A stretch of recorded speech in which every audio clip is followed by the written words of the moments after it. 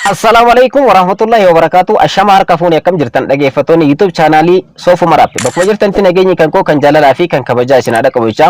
Egaa viidiyoon kun bara haarawaa 2017 isa jalqabaati. Duraan dursee garuu baga bara haarawaa 2017 nagahan isin ga'e isin jecha. Barri haarofni kun kan nagayaa, kan fayyaa, akkanumallee kan badhaadhinaa fi kan milkaa'inaa akka isiniif ta'u hawwa.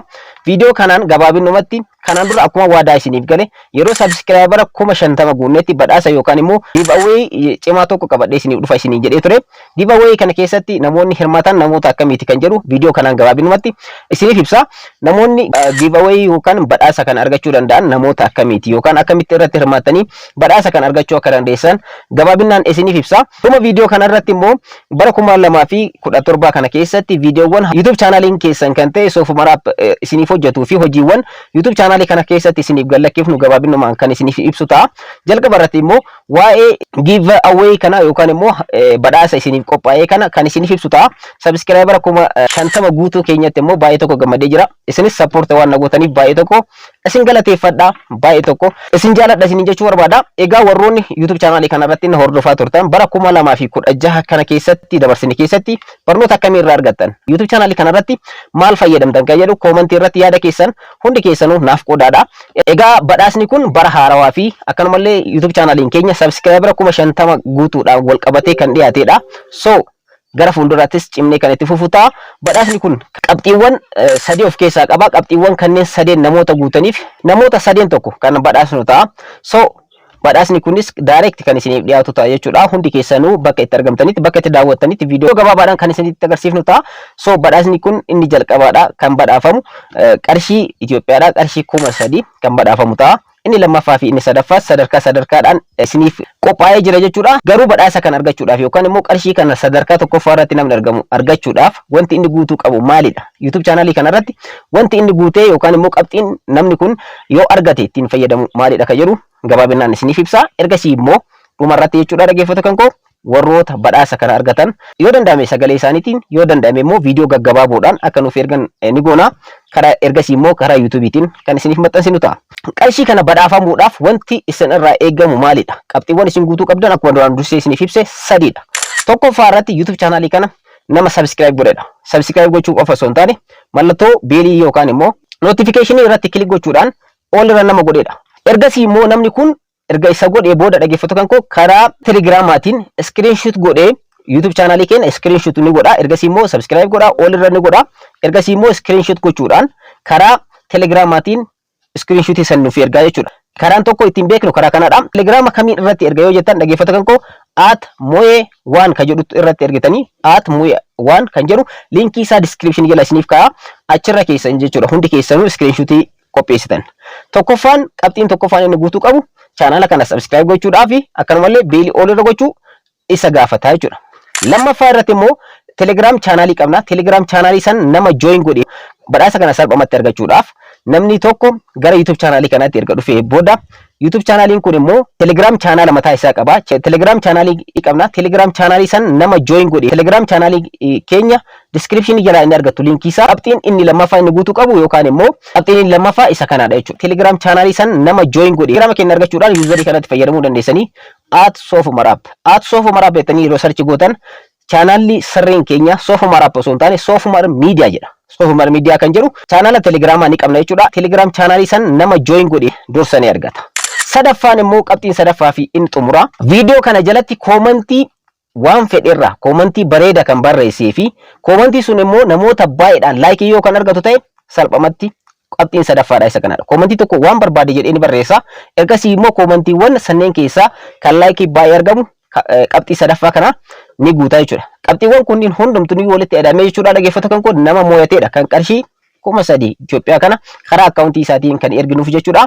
So irratti hirmaachuudhaan hundi keessaniyyuu irraa fayyadamaadha. Qarshiin 3000 baay'ees ta'uu dhabuu danda'a garuu support isiniif godha wanta tokko isin qarqara waan ta'eef itti fayyadamaadha. Hojiiwwan onlineedhaan hojjetaman keessaa tokko kanadha. So wantoota akkana kanallee yoo argattan carraa kanatti fayyadamaadha. Dhumarratti immoo akkuma duraan dursee isiniif ibsuudhaaf yaale YouTube channeliin kun bara 2017 keessatti maal irratti hojjechuudhaaf deema kan jedhu gaafii namoota baay'eeti. So YouTube channelii kanarratti ammaan boodas akkuma kanaan duratti baratame Airdrop jechuun mataan isaa maalidha? Cryptocurrency jechuun maalidha? Akkamitti forex trading irratti invest gochuu dandeenya? Akkanumallee exchangeewwan adda addaa irratti fayyadamtanii akkaataa ittiin invest gochuu dandeessan. Cryptocurrencyewwan adda addaa irratti akkaataa ittiin invest gochuu dandeessan.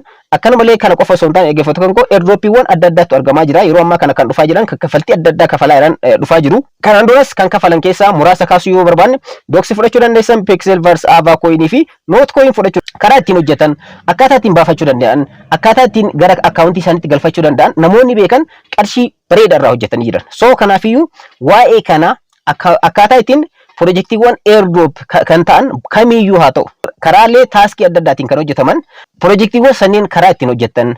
Lammaffaa immoo karaa ittiin gara akkaawuntii keessanitti ittiin galfatan, akkanumallee gara baankiitti illee akkaataa ittiin jijjiirachuu dandeessan, akkaataa ittiin immoo exchangeewwan adda addaa, waalitiiwwan adda addaa ittiin banatan kana kan of keessatti qabate jechuudha. Waa'ee cryptocurrency bal'inaan bara kana keessatti irratti ni hojjenna. Kana irratti gaafiin namoota baay'ee yeroo baay'ee pirojektiiwwan airdrop kana barsiisuu qofa osoo hin taane karaa ittiin kooyinii walitti sassaabatan san gara waalitii isaaniitti yookaan immoo akkaawuntii isaaniitti galfatanidha.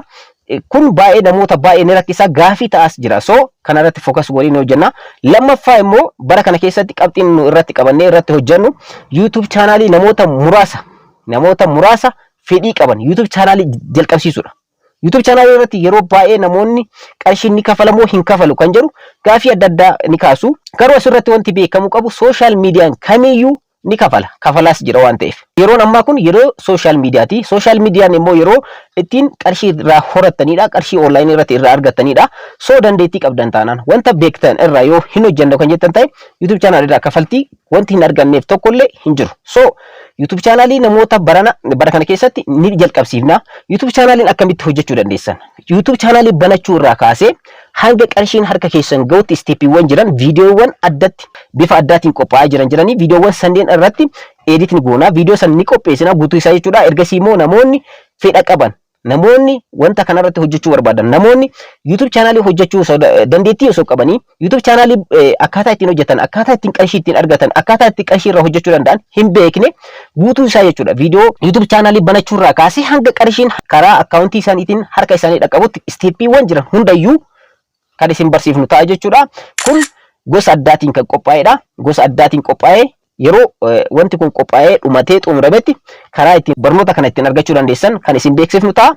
So warroonni bara kana keessa YouTube channelii haaraa banachuudhaaf qophooftan, akkanumallee YouTube channelii banattanii more successful warroonni hin ta'in salphamatti akkaataa ittiin successful taatanii qarshii irraa hojjechuu dandeessan bara kana keessatti qabxii qabanne keessaa tokkodha.